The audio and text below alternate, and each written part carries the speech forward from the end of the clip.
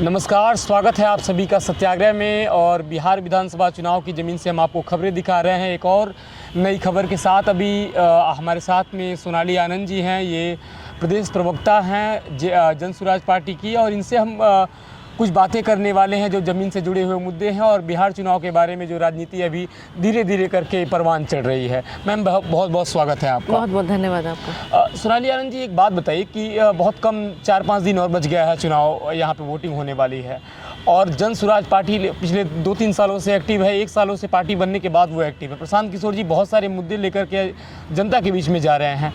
आप लोग ये बताइए कि जनता कितना विश्वास कर रही है आप लोगों के मुद्दों पे? देखिए, मुझे कहना यहाँ पे बहुत ज़रूरी है कि ये बिहार में पहली बार ऐसा हो रहा है कि हम मुद्दों पे बात कर रहे हैं, और चुनाव में पहली बार मुद्दा जो बिहार के जो इश्यूज़ हैं उसको हमने मुद्दा बनाया है जी। और यही वजह है कि आज आप देखिए, आरजेडी जैसी पार्टी भी आज पलायन पे बात कर रही है। वो भी ऐसे नारे लगा रही है जैसे कि पलायन रोकेंगे, नौकरी पलायन यहाँ से बंद, छटकत पलायन बंद। उनके भी अब स्टेटमेंट्स हमारे लाइन लेंथ पे आने लगे हैं जी। तो कहीं ना कहीं ये बात इस बात को बल देता है, प्रूव करता है कि बिहार में बहुत बड़ा मुद्दा है। और जब एक पार्टी आप इस मुद्दे को उजागर कर रही है, उस पर रोशनी डाल रही है और सब लोग कनेक्ट हो रहे हैं, तो बाकी पार्टियों को ऐसा लग रहा है कि हम कहीं पीछे न रह जाएं इस मुद्दों की बात करने में। तो यही वजह है कि हम एक गाइडिंग पार्टी जैसे रहे हैं, और हमने बाकी पार्टियों का भी मार्गदर्शन किया है कि आप बिहार में पहली बार मुद्दों की राजनीति होनी चाहिए, और साथ में जनता भी ये देख ही रही है। और इसी वजह से जनता जितने हैं यहाँ पे बिहार में, वो हमसे कनेक्ट हो रहे हैं। और मैं एक और बात यहाँ पे कहना चाहूँगी कि मुझे देखिए, बिहार में ये भी पहली बार हो रहा है, जनता जिस ढंग से जागरूक हो गई है। आपने कई जगहों पर ऐसा देखा होगा, चाहे वो सीतामढ़ी हो, चाहे वो गया जी हो, चाहे वो दरभंगा हो, हायाघाट हो, वहाँ के एमएलए को लोग आज उनसे सवाल पूछ रहे हैं। जब उनका वो अपना प्रचार करने वहाँ वो जा रहे हैं, तो उनसे वो पूछ रहे हैं कि आपने 5 सालों में क्या किया? आपने सड़क नहीं बनाई, आपने पानी की व्यवस्था नहीं की, आपने जल जमाव के प्रॉब्लम्स को सॉल्व नहीं किया। तो जनता जितनी जागरूक हो चुकी है कि जब वोट मांगने उससे एमएलए जाते हैं, उनसे वो सवाल पूछते हैं, उनसे उनके कामों का हिसाब मांग रही है।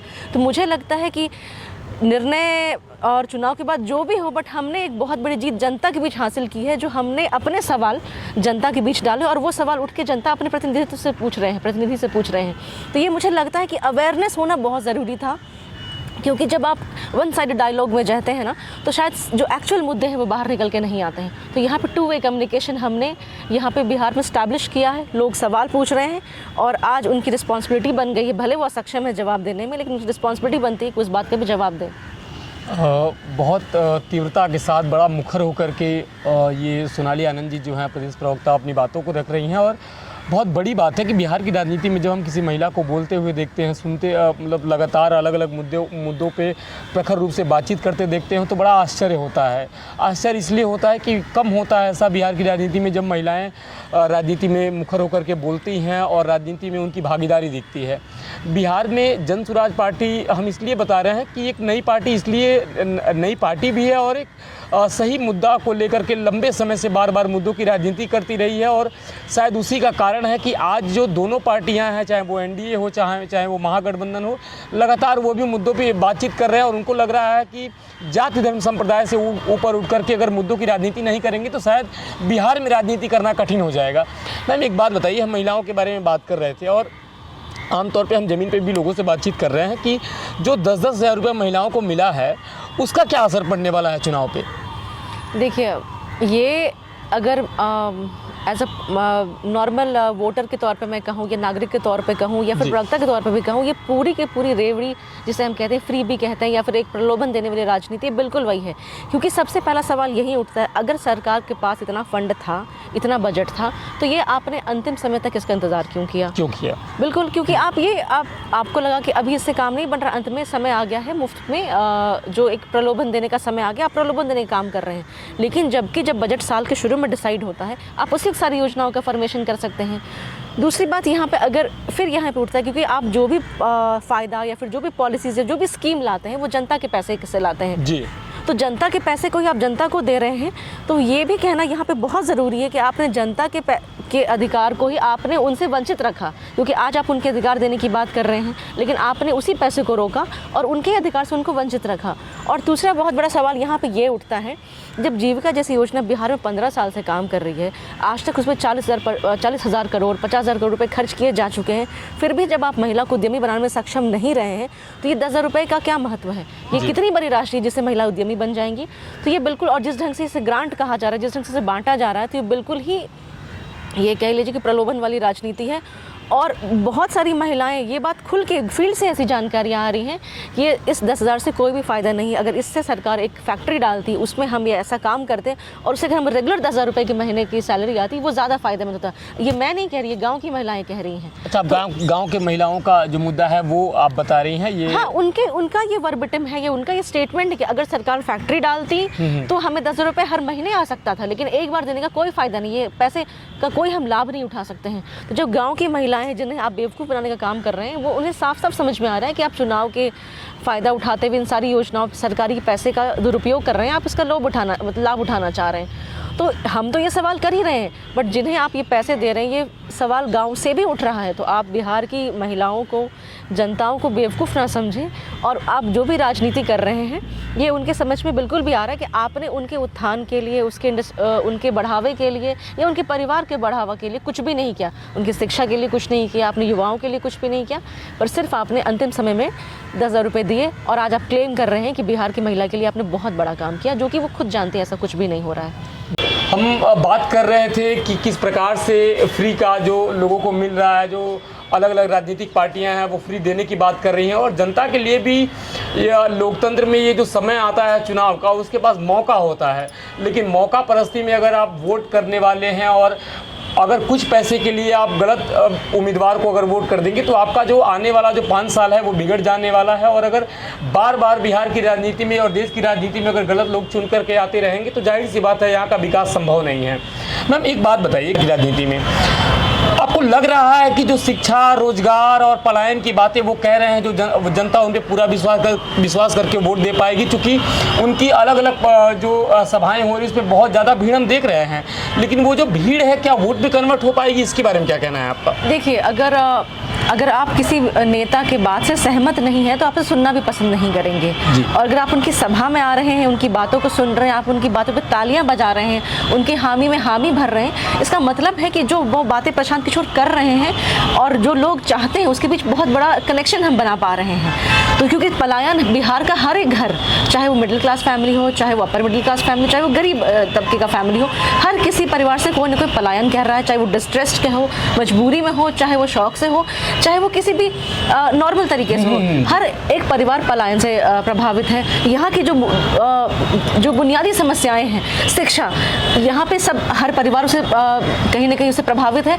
तो जिस मुद्दों को लेकर हम बात कर रहे हैं, ये मुद्दे बिल्कुल रियलिस्टिक मुद्दे हैं और इसीलिए शायद जनता हमसे कनेक्ट कर रही है। और अभी तक अगर आप देखें, मैं ये ज़रूर यहाँ पे कहना चाहूँगी कि हम कन्वेंशनल पॉलिटिक्स जो कहते हैं ना, आज तक चलता आ रहा है, जिस ढंग से राजनीति होती आ रही है, उस ढंग की राजनीति हमने नहीं की है, क्योंकि हमने बात फैक्ट्स पे की है, हमने बात मुद्दों पे की है और हमने बात तथ्यों पे की है।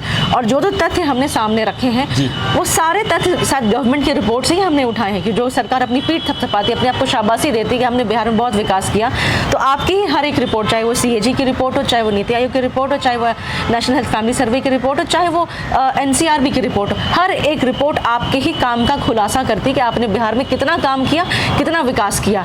तो आपकी जो बातें हैं और आपकी जो रिपोर्ट है उसमें कोई भी मेल नहीं है, और हम उसी आपके ही रिपोर्ट को कोट करते हैं, क्योंकि अगर ऑथेंटिक रिपोर्ट या सरकारी रिपोर्ट को हम ही कोट आधार मान सकते हैं। तो जो आप विकास की बात करते हैं वो विकास यहाँ पे नहीं दिखता। आज भी आप कहते हैं कि आपने सड़कों का जाल बिछा दिया, लेकिन पटना को जो भी रोड्स कनेक्ट करती हैं, आप उसकी स्थिति देख लीजिए, बिहटा टू पटना की स्थिति देख लीजिए, क्या वो रोड चलने लायक है? आप वैशाली की या फिर हाजीपुर के रोड की हालत देख लीजिए, वो चलने वाली है? वहाँ पे एक फ्लाईओवर 10 साल से बन रहा है, वो आज तक कंप्लीट नहीं हुआ। तो आप किस बेस पे कहते हैं आपने विकास किया? आप बिजली की बात करते हैं, अभी भी 100% गाँव में बिजली नहीं पहुँची है, कुछ गाँव छूटे हुए हैं, अभी भी 24 घंटे बिजली नहीं रहती है, उसमें भी आप सब्सिडी देने की बात करते हैं। तो हम तो यही प्रश्न आपसे पूछते हैं ना कि जो आप घोषणाएं कर रहे हैं, आपका आधार क्या है उस घोषणाओं का?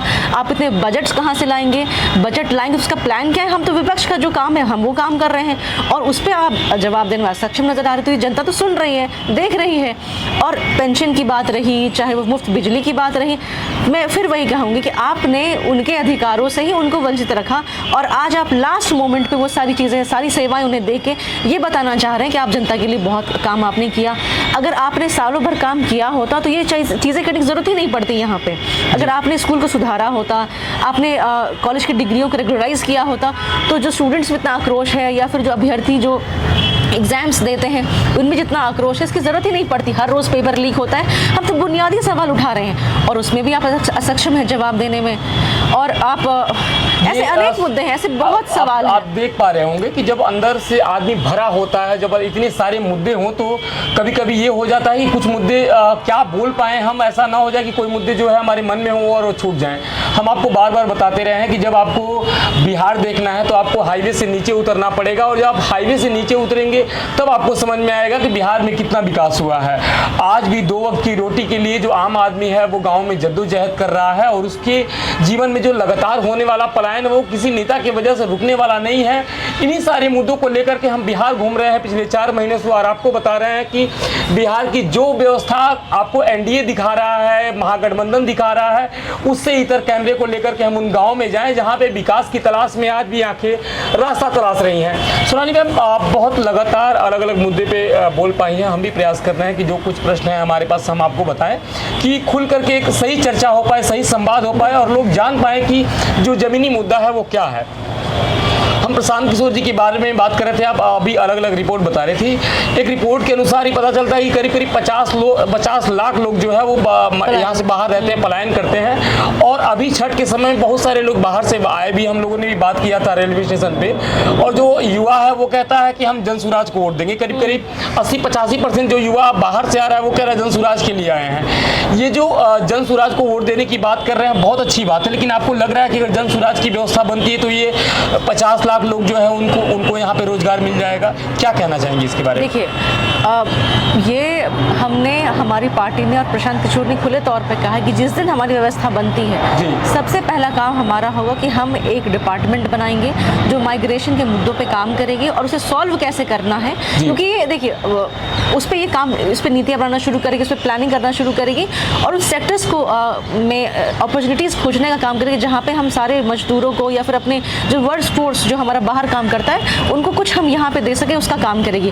तो सबसे पहला काम हमारा यही होने जा रहा है और हम ये मान के चल रहे हैं कि जिस ढंग से लोग हमारे बिहार से बाहर जा रहे हैं, चाहे वो पढ़ाई के लिए हो, चाहे वो रोज़गार के लिए हो, 1 साल के अंदर कुछ ना कुछ हम राहत तो ज़रूर दे पाएंगे और अगले 5 साल में तो हम बहुत बड़ा सिस्टमैटिक चेंज यहाँ पे लाने वाले हैं। क्योंकि बात यहाँ पे ये है कि 5 साल एक बहुत बड़ा समय है और आज तक इस क्षेत्र में कभी काम ही नहीं हुआ है। तो हम जैसे कहते हैं ना कि हम तो पलायन रोकेंगे, लेकिन कैसे रोकेंगे? तो हमने ये बार बार कहा है कि पूंजी का पलायन, अगर कैपिटल इनफ्लो, अगर पैसे का इनफ्लो बिहार में होता है तो अपने आप बहुत सारे कहते हैं एवेन्यूज़ खुल जाएंगे, रास्ते खुल जाएंगे। क्योंकि जहाँ पैसा आता है वहीं पे इकोनॉमी बढ़ती है, वहीं पे इकोनॉमी का पंप कर सकते हैं। तो जैसे ही अगर आप जो कहते हैं ना कैस्केडिंग इफेक्ट इकोनॉमी का, जैसे कि दूर तक जाता है, वो कंजम्पशन में जब पैसा आएगा तो वो हर व्यक्ति तक पहुँचेगा। और अभी सरकार जो भी काम स्कीम्स ला रही है वो कंजम्पशन में पैसा बिल्कुल भी नहीं जा रहा, वो ट्रांसफ़र हो रहा है पैसा। तो ट्रांसफ़र और कंजम्पशन में बेसिक डिफरेंस है। कंजम्पशन में पैसे मल्टीप्लाई होते हैं लेकिन ट्रांसफ़र में पैसा मल्टीप्लाई नहीं होता है। तो हमने यही कहा है कि हम पूंजी का पलायन सबसे पहले, जो सीडी रेशो की हम बार बार बात करते हैं, पिछले 1 साल में वो लगभग डिपॉजिट रेशियो, जी बिहार में वो 40% के लगभग था। अब सरकार जब इस पर हमने मुखर होकर बात करनी शुरू की तो सरकार ने बढ़ा लगभग 55-56% कर दिया है। लेकिन अगर अन्य राज्य की तुलना में भी आप देखें तो किसी राज्य में 90% भी है। तो बिहार अभी भी उस मामले में बहुत पीछे है, कहीं 80 है, ऐसे बिल्कुल। तो जब और आप इंटरप्राइज बढ़ाने की बात करते हैं तो जब लोगों को फंड्स मिलेगा, रोजगार पैसे मिलेंगे, तभी तो वो इंटरप्राइज कर सकते हैं। चाहे वो खेती हो, चाहे वो ग्रामीण कुटीर जो इंडस्ट्रीज हैं उसकी बात हम करें, कुछ भी small scale to large scale to medium scale, जब तक फंड्स ना हो हम ये नहीं करेंगे। सबसे पहला होगा हमारा कि फंड्स को चैनलाइज करना ताकि एक इकोनॉमी को हम पंप कर सकें। दूसरी चीज़ें ये होंगी कि जो भी सेक्टर ठप पड़े हुए हैं उसको थोड़ा हमको इकोनॉमी को पंप करना और फिर उनको रेगुलराइज करना, सर्विस सेक्टर को बढ़ावा देना। जो यहाँ पे एक जो कोचिंग सेंटर्स की हम बात करते हैं, फिर प्रशांत किशोर जी ने नर्सिंग सेक्टर को भी का नाम लिया है। तो ऐसे अनेक सेक्टर जो सर्विस सेक्टर जिसको हम बढ़ावा दे सकते हैं और बिहार में हम इकोनॉमी को जो कहते हैं जीडीपी को बढ़ावा दे सकते हैं। तो ये थी सोनाली आनंद जी, प्रदेश प्रवक्ता हैं, इनसे हम बातचीत कर रहे थे। और हम आपको बार बार कह रहे हैं कि जो भी नेता जो है या जो भी व्यक्ति जो है वो अगर वोट का ठेकेदार बन रहा है उसको बिल्कुल वोट मत करिए, बिल्कुल समझदारी से वोट करिए। मतदान आपका अधिकार है, लेकिन वो इसलिए करना है कि आपका आने वाला जो भविष्य है, आपकी आने वाली जो पीढ़ियां हैं वो यहाँ पे सर्वाइव कर पाए, उनके लिए अच्छा माहौल क्रिएट हो। तो आप सभी सतर्क होकर के मतदान करें और जुड़े रहें सत्याग्रह के साथ। बहुत बहुत धन्यवाद आप सभी का। नमस्कार।